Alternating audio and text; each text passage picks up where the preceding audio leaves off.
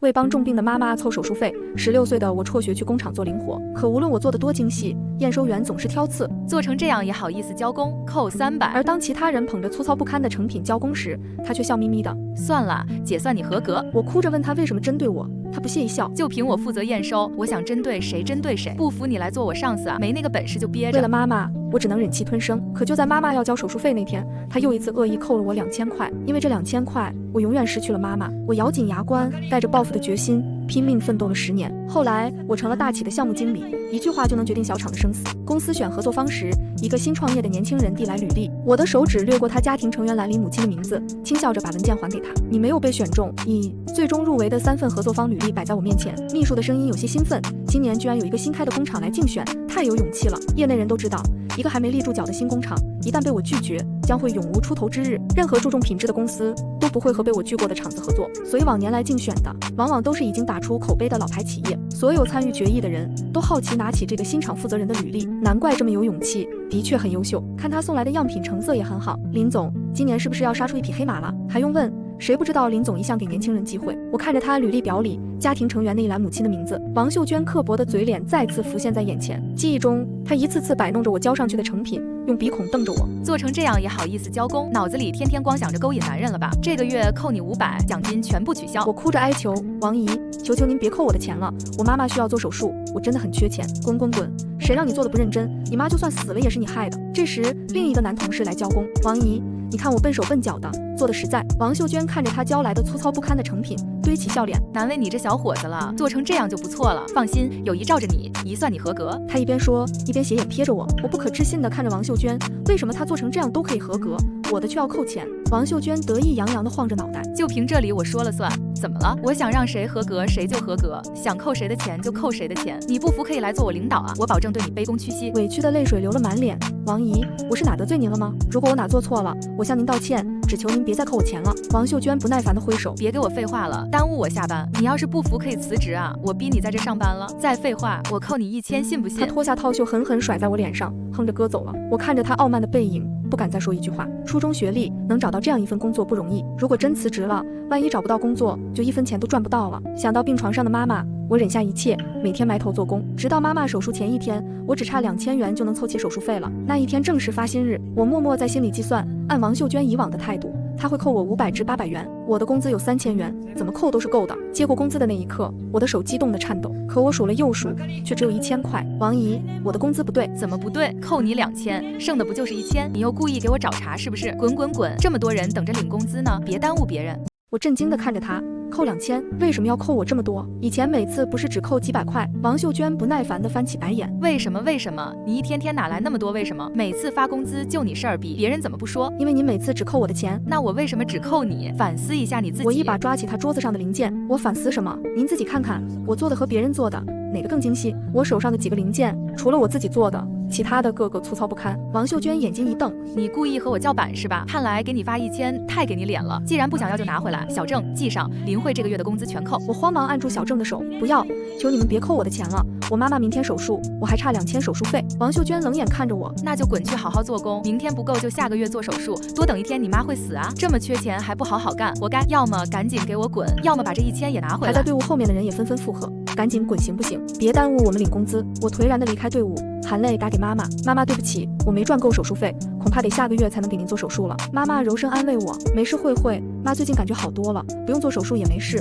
妈都想出院了。你好好吃饭，别让自己那么累，妈真的挺好的。可妈妈的声音分明那么的虚弱。我返回工作岗位，日夜不停苦干，既然她扣得多，我就多加班多赚一点，下个月一定要凑齐妈妈的手术费。可第3天晚上，我接到了医院的电话，林慧吗？你妈妈病情突然恶化，抢救无效去世了。手机从手中滑落，我猛然起身赶到医院，妈妈早已被蒙上白布。我颤抖着双手掀开白布，轻轻抚摸妈妈冰冷又削瘦的脸颊。护士在我身后叹口气，语气里带着一丝责怪，不是说好前天做手术，干嘛要推迟？要是前天做了手术就没事了。王秀娟的声音同时交杂着在耳边回响，我想扣你多少钱就扣多少钱，下个月做手术你妈会死啊！恨意在心中疯狂滋生。我请了3天假，为妈妈办了简单的葬礼。返回厂里时，我的位置上已经有人在工作，看到我，同事一脸莫名，你都被开除了，还来干什么？我愣住了，我被开除？为什么？王秀娟的声音从背后飘过，无故旷工3天，还有脸问为什么被开除？我瞪大眼睛，旷工？我请过假。请假？怎么请的？打个电话就算请假？你又没带着你妈的死亡证明来让我看，谁知道你妈真死假死？你以为丧假这么好骗啊？像你这种连工作都做不好的人，谁会信你嘴里的话？我看你是假装你妈死了，跑出去和谁鬼混了吧？一进来就闻见一股骚味。他恶毒的话语让我彻底崩溃，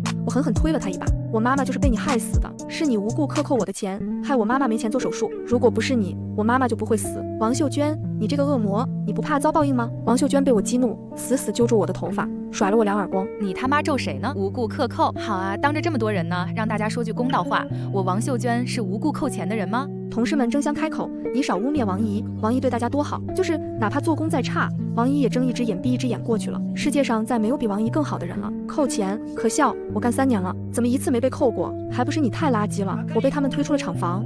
快滚吧，都被开除了，有什么资格进来？王秀娟冷眼看着我，瞅你那贱样，活着也是浪费空气。我看你还是早点下去陪你那个死妈吧。我拖着沉重的步伐回到宿舍收拾自己的东西。走出宿舍时，王秀娟带着几个人拦住我，我恨恨地看着她，你还想干嘛？王秀娟嗤鼻一声，干嘛？你这种品行的人我不放心，别顺手牵羊偷了别人的东西，把你的行李拿来，我们要检查。我不可置信地看着她，你要做到这种地步吗？平白无故你凭什么怀疑我？就算警察也要有搜身证才能检查。王秀娟不耐烦道，在这儿我说了算，我想查你就查你。她身后的几个人一把抢过我的包裹，往地上抖落，我想阻止，却被人按住身体，内衣、毛巾散落一地。王秀娟蹲下身，捂着鼻子翻出一本相册，看看里面有没有加钱。她胡乱翻动了几下，拿着相册走到泔水桶旁，把相册举在泔水桶上方，挑衅地看着我。我疯狂摇头，不要，王姨不要，那是我妈妈的相册，求求你。王秀娟看着我，手指轻轻一松，相册落进了泔水桶里。不要！我拼命挣扎，想挣脱压着我的那2人。这时，王秀娟看到了我胸前的项链，我就说你手脚不干净，给你妈做手术都没钱，哪来的钱买金项链？说偷了谁的？我含泪说道，不是偷的，这是我妈妈送我的。送你？你那个穷鬼妈有钱送你金项链？王秀娟说着，一把项链从我脖子扯下。我着急地解释，王姨，这真是我妈妈送我的，这项链只有吊坠是金的，才0.1克，而且是金子涨价前50块买的，不值钱的，您快把它还给我，这是我妈妈给我的唯一纪念，求您了，王姨，求求您还给我，这个真的不是偷的。王秀娟轻轻一笑，哟，现在知道求人了？求人是这个态度吗？第一次看见站得直直的求人的。他示意2个人松开我，磕个头，让我看看你的诚意。我屈辱地咬紧嘴唇。王秀娟把项链在我眼前晃了晃，我扑通一声跪倒在地。王姨，我错了，您大人不计小人过，原谅我吧。说完，我不断地把头磕在地上，直到一小滩血迹在地上浸开。王秀娟终于开口，好吧，我就原谅你一次。我连忙起身要拿项链，王秀娟一个闪躲，把项链丢进了排水口。哎呀，这0.1克的确太小，拿不住啊，手滑了，怎么办呢？她邪笑着看了我一眼，带着几个人离开。我跪在排水口前，手怎么也伸不进去。我用力想把排水口的盖子掀开，却只是徒劳。几个保安走过来，强行把我拖走。非员工不能在工厂逗留，赶紧走。我的项链在里面，求求你们帮我把排水口打开，那是我妈妈留给我的遗物。保安摇头，打开也没用，那个下水道是流动的，这回早不知道冲哪去了，心彻底死了。我猛然想起还有相册，我妈妈的相册被丢进泔水桶了，求求你们让我拿出来，叔叔求你了。保安犹豫一瞬，松开了我。我扑到泔水桶旁，忍着刺鼻的恶臭把胳膊伸进去，终于摸到了相册。照片上妈妈的脸早已被污秽侵蚀，我绝望地攥紧拳头。王秀娟，总有一天我要你为今天的所作所为后悔一生。林总，项目候选人都到了，可以开始了吗？秘书的声音把我从思绪中拉回。我轻轻点头，几个项目负责人连忙在我2侧坐定。一个年轻人意气风发地走进来。林总好，各位负责人好，我叫陈森，我在学校时学习电子器械专业，曾获得省级、国家级奖项。我的工厂虽然是新成立的，但是机器全部用的世界顶尖设备。一个负责人开口问道，你应该知道，你们这种新工厂一旦被我们集团拒绝，以后在业内基本接不到生意了，为什么不等几年打出口碑，立稳脚跟再来？年轻人望向我，听说林总从来不以资历选合作方，就算是新工厂，只要产品够优秀，就有机会合作。我对的产品有十足的信心。我看着他的履历，家庭成员纳兰，母亲王秀娟的名字格外刺眼。我轻轻合上他的履历，笑着看向他，我很欣赏你的自信，但是你不在我的名单里。下一位。所有人震惊地看着我，这个结果即使跟我一起工作了5年的人都没想到。因为陈森送来的样品品质的确是上乘，但大家只是一瞬惊讶就回过头去。所有人都知道，只要我否决，他们说再多也没有用。陈森不可置信地呆立在原地。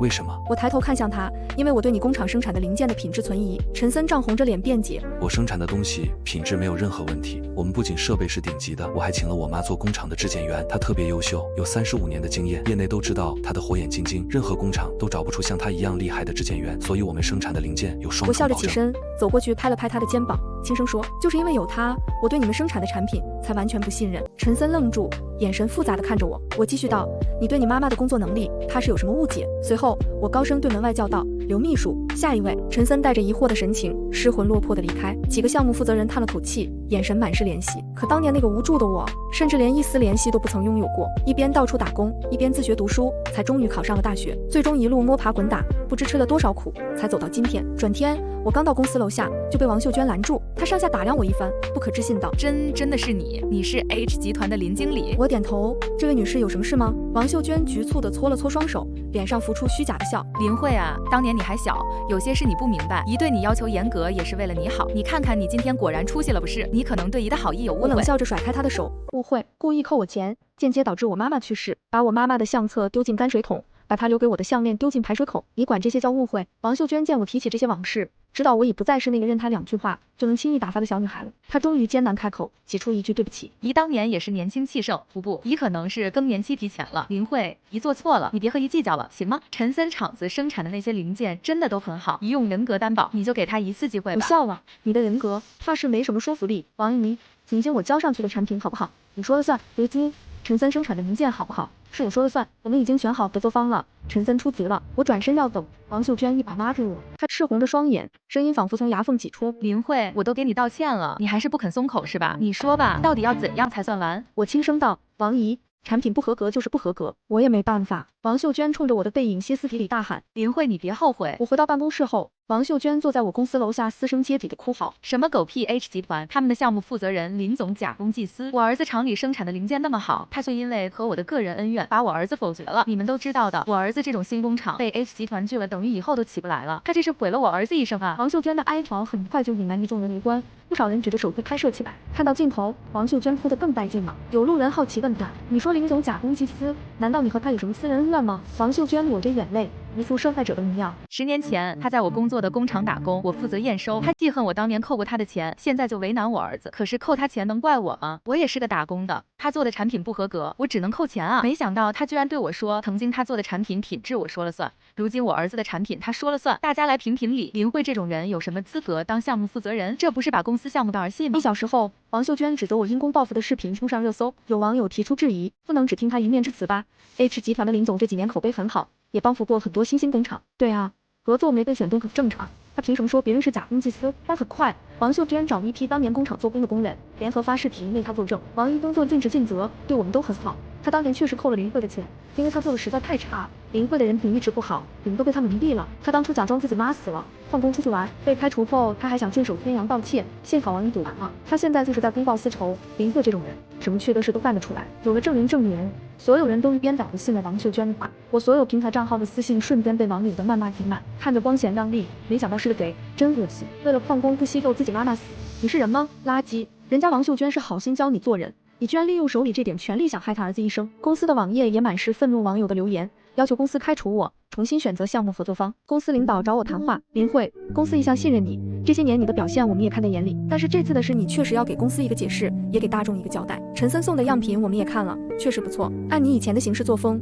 不会不给这种新工厂机会的。你也知道被咱们拒绝，他们基本就是死路一条了。你难道真的是因为个人恩怨故意毁了他？我认真望向领导，贺总，我的确和陈森的妈妈曾经有过一些恩怨，我不选择陈森的工厂，也确实是因为他妈妈的缘故，但是这一切是基于他妈妈一贯的工作态度，和个人恩怨无关。贺总深深叹了口气，你这样说我们信你，可外界呢？舆论现在都压不住了，如果不给大众一个解释，公司股价都要下跌了。我坚定地说，我会给大众解释的。贺总，请您相信我。我回到家，拿出陈峰的旧手机，把里面的视频导了出来。那是10年前我为了自己的公道，悄悄录下的证据。打开微博，把未读的99加辱骂私信全部清空后，我上传了一条视频。视频中，我把做工良好的成品交给王秀娟，她眼睛一斜，随手抓了一个。这做的什么垃圾？你是猪吗？找头猪来做都比你强，猪还不要工资，这个月还得扣你钱。镜头一转，另一个人交来做工粗糙的成品，王秀娟却堆起笑脸，行啦，你一个小伙子能做成这样已经不容易了，合格，快下班休息去吧。姨怎么会扣你们钱呢？大家赚钱多不容易啊！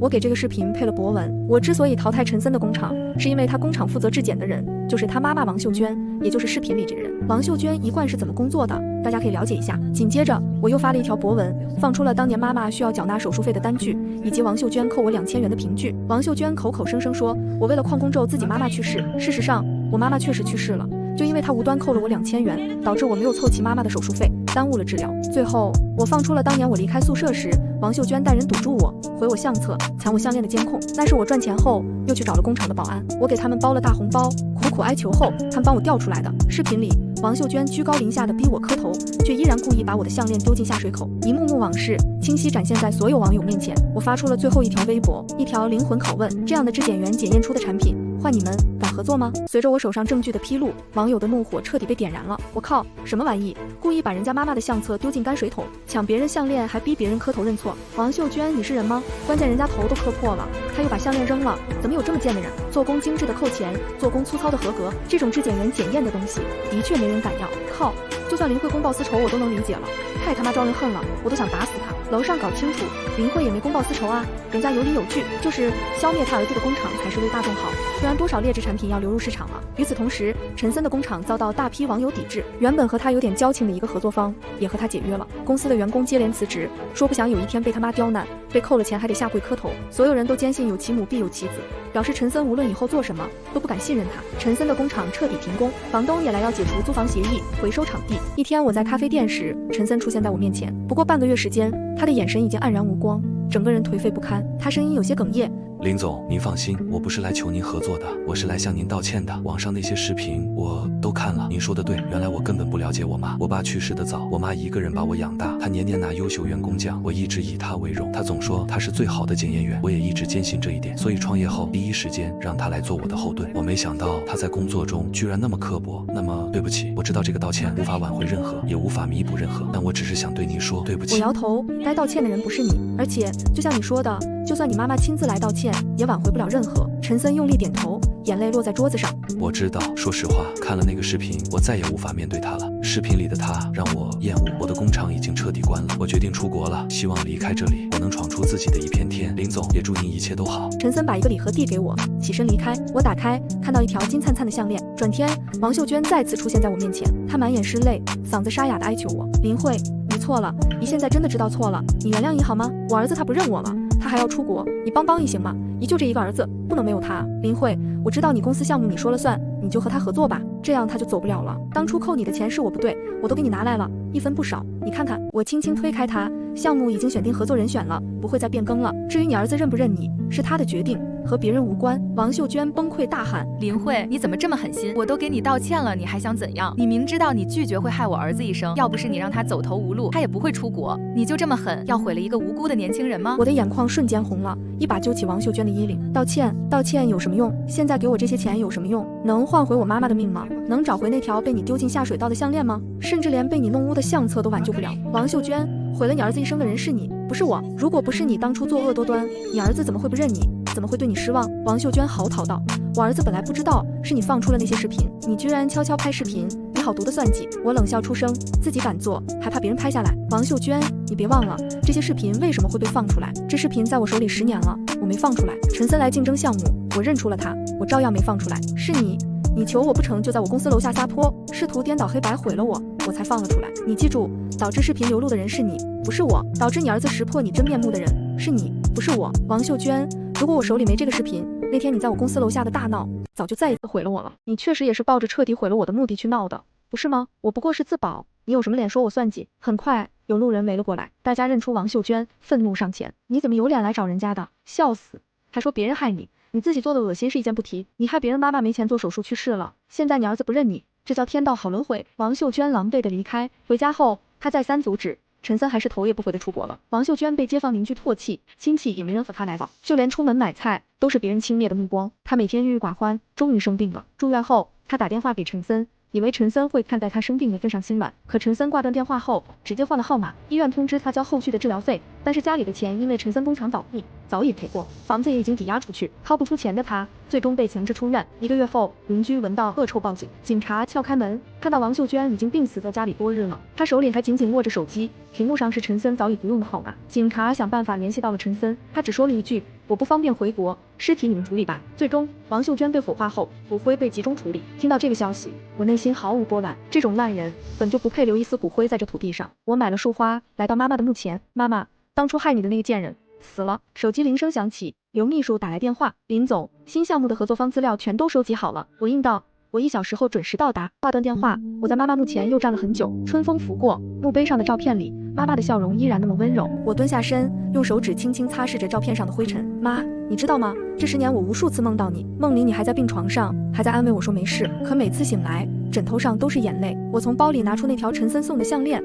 放在掌心看了许久，金子很亮，但终究不是妈妈给的那条。那条0.1克的小项链，连同妈妈留给我的最后念想，永远消失在那个肮脏的下水道里。我把新项链收起来，站起身，妈，我要去公司了，新项目开始了，我会好好干的，你放心，我现在过得很好。转身离开墓园时，我看到远处有个人影，瘦削孤单，站在那里一动不动，是陈森。他不是出国了吗？我犹豫了一下，还是走了过去。走近了才发现，他手里捧着一束白菊花，站在一个墓碑前。墓碑上的照片是王秀娟。陈森察觉到有人来，转过头看到是我，他愣了一下，随即苦笑。林总，我点点头，没有说话。陈森看着王秀娟的墓碑，声音很轻。我骗了他，说我要出国，其实我没走，只是换了城市，换了号码。我想让他尝尝被最亲的人抛弃的滋味。我静静听着，陈森继续说，可我真没想到他会病死，我以为他只是生病住院，过段时间就好了。等他知道错了，等我气消了，我再回来。可他怎么就死了呢？他的声音开始颤抖。我看着他，忽然想起10年前那个跪在地上磕头的自己。那时候我也曾无数次问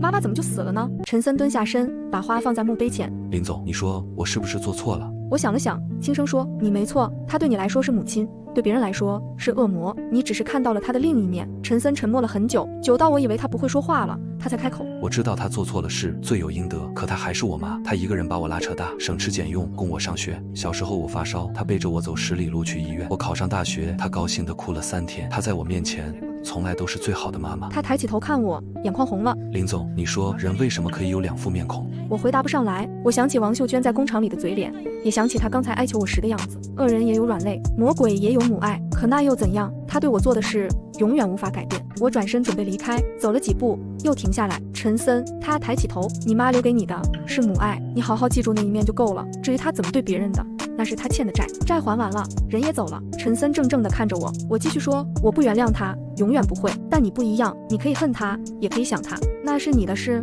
说完，我头也不回地走了。回到公司，刘秘书已经把资料整理好了。林总，这次有3个候选工厂，都是业内口碑不错的。我接过资料，一份份翻看，忽然我的手停住了，其中一份履历上贴着年轻人的照片，眉眼之间有一种熟悉的感觉。我看向家庭成员栏，母亲的名字林秀兰，我愣住了。林秀兰，这是我妈妈的名字，可照片上的年轻人我从未见过。我抬起头，这个人的资料详细说说。刘秘书翻开文件夹，他叫周远，28岁，毕业于名牌大学电子工程专业，5年前创业，开了一家小型电子元件厂。去年他的工厂遇到困难，差点倒闭，是他妈妈卖了房子帮他还债。今年工厂起死回生，产品质量大幅提升，所以来竞选。我盯着照片看了很久，他妈妈还在吗？刘秘书看了看资料，在的，资料上写着他和母亲一起生活。不过奇怪的是，他母亲没有工作经历，一直在家。按理说这个年纪的人多少都工作过。我沉默片刻，安排一下，我想见见他，不是正式面试，私下见。刘秘书有些意外，但还是点头。好的，我去安排。第2天下午，我在公司附近的咖啡厅见到了周远，他比照片上看起来更年轻，眼睛很亮。林总好，我是周远。我请他坐下，寒暄几句后，我直接问，你妈妈为什么没有工作经历？周远愣了一下，眼神闪烁。我等着他回答。过了好一会儿，他才低声说，我妈身体不好，年轻时为了养我太拼命了，落下一身病，后来就干不了重活了。我点点头，又问，你妈妈叫什么名字？林秀兰。她今年多大？53。我心跳漏了一拍，如果妈妈还活着，今年也是53岁。周远似乎察觉到什么，小心翼翼地问，林总，您认识我妈妈？我摇头，不认识，只是觉得名字很熟悉，和我妈妈同名。周远露出惊讶的表情，这要巧。我笑了笑，转移话题，说说你的工厂吧。周远开始详细介绍他的工厂情况、生产流程、质量把控。我认真听着，但思绪总是不由自主飘远。53岁，身体不好，儿子28岁。如果妈妈当年做手术成功，是不是也能活到现在？是不是也能看着我工作，看着我一步步走到今天？是不是也会在我不开心时给我煮一碗面？周远说完，我回过神，你的资料我看了，产品样品我也见过，确实不错。周远眼睛一亮，那林总的意思是？我举起手，先别高兴太早，我只是说不错，但最终结果还要看整体评选。周远用力点头，我明白，谢谢林总给我机会。临走时，他忽然回头，林总，我能问您一个问题吗？问您妈妈。我沉默了一下，去世了，很久以前。周远脸上闪过一丝难过。对不起，我摇摇头。他走后，我在咖啡厅坐了很久，直到天色暗下来，我才起身离开。1个月后，评选结果公布，周远的工厂入选了。那天下午，他专门来公司找我，站在我办公室门口，他局促地搓着手，林总，我能请您吃顿饭吗？就当感谢您给我这个机会。我本想拒绝，但看到他真诚的眼神，鬼使神差地点了头。吃饭的地方是家小餐馆，环境普通，但菜很香。周远有些不好意思，我妈说请人吃饭要有诚意，这家的菜都是他亲自尝过的，说好吃。我怔了一下，你妈妈来过？周远点头，他非要来，说帮我选地方。我说请的是大公司的林总，他可认真了，还专门问了别人哪家好吃。我心里涌起一股说不清的滋味。正说着，一个中年女人端着菜走过来，小远，这是你点的红烧排骨，趁热吃。她的话戛然而止，因为看到了我，我也看到了她。那一瞬间，我愣住了，她也愣住了。周远没察觉异常，笑着介绍，妈，这就是林总 H 集团的项目经理，要不是他给我机会，咱们厂就完了。我看着他，他也看着我，四目相对，空气仿佛凝固了，他的眼眶慢慢红了，我的喉咙像被什么堵住。周远终于发现不对劲，看看我，又看看他妈，妈，林总，你们认识？林秀兰张了张嘴，半天才挤出一句话，你是慧慧。我攥紧了手，指甲陷进掌心。你认识我？不是疑问，是肯定。林秀兰的眼泪掉下来，我认识你妈妈，你和你妈妈长得太像了。我死死盯着她，你和我妈妈是什么关系？林秀兰颤抖着坐下来，周远完全懵了，不知所措地看着我们。林秀兰深吸一口气，缓缓开口，你妈妈是我姐姐，亲姐姐。我脑子轰的一声，不可能，我妈从来没有妹妹。林秀兰擦了擦眼泪，因为我很小的时候就被送人了，家里穷，养不起2个孩子。我3岁那年被送到隔壁村一户人家，后来那家人搬走了，我就再也没见过你妈妈。她看着我，眼神里满是心疼，但我一直记得她，记得她给我梳头，给我扎小便。我记得她叫秀兰，我叫秀英，林秀兰，林秀英。我妈妈的名字确实是秀兰，可我从不知道她还有一个妹妹。林秀英继续说，长大后我回去找过，可你们家早就不在了。有人说你妈妈嫁人了，去了外地，我找了很多年都没找到，直到前几年我才打听到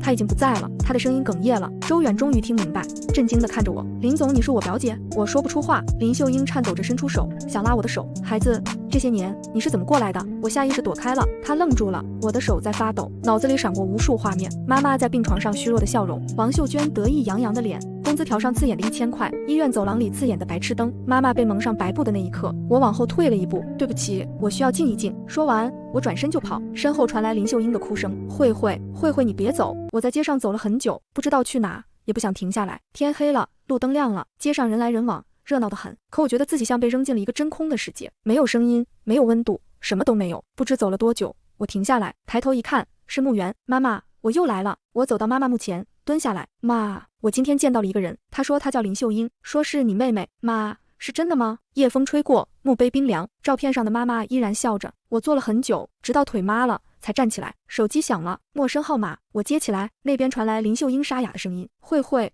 我知道你不信我，但你妈妈年轻时的照片我有，还有她写给我的信，虽然没寄出去，你要看吗？我沉默了很久，明天我去找你。第二天，我去了周远的工厂，林秀英在门口等着，眼睛红肿，看到我，她急忙迎上来，我跟着她走进办公室，她从柜子里拿出一个铁盒子，生了锈，很旧。打开盒子，里面是几张泛黄的黑白照片，照片上是2个小女孩，大的10来岁，小的3、4岁。姐姐牵着妹妹的手，站在一棵槐树下，姐姐的眉眼和我妈妈一模一样。我又看向另一张照片，那是妈妈年轻时的单人照，穿着碎花衬衫，扎着2条麻花辫。这张照片我家里也有。林秀英又从盒子里拿出几封信，信纸发黄，字迹有些模糊，但那一笔一画我太熟悉了，是妈妈的字。信上写着，秀英，不知道你过得好不好，姐姐很想你，家里穷，爸妈没办法才把你送人，你别怪他们，等姐姐长大了，赚了钱一定去找你，你要好好的等姐姐。信没有寄出去，没有地址。林秀英哭着说，她不知道我去哪了，写好了也没地方寄，但她还是写，一封一封地写。这些信是我后来回去找时，在老家墙缝里发现的，她藏在里面的。我的眼泪终于掉下来，原来妈妈一直有个妹妹，原来妈妈一直想找到她，原来妈妈心里藏了这么多话。林秀英拉着我的手，慧慧，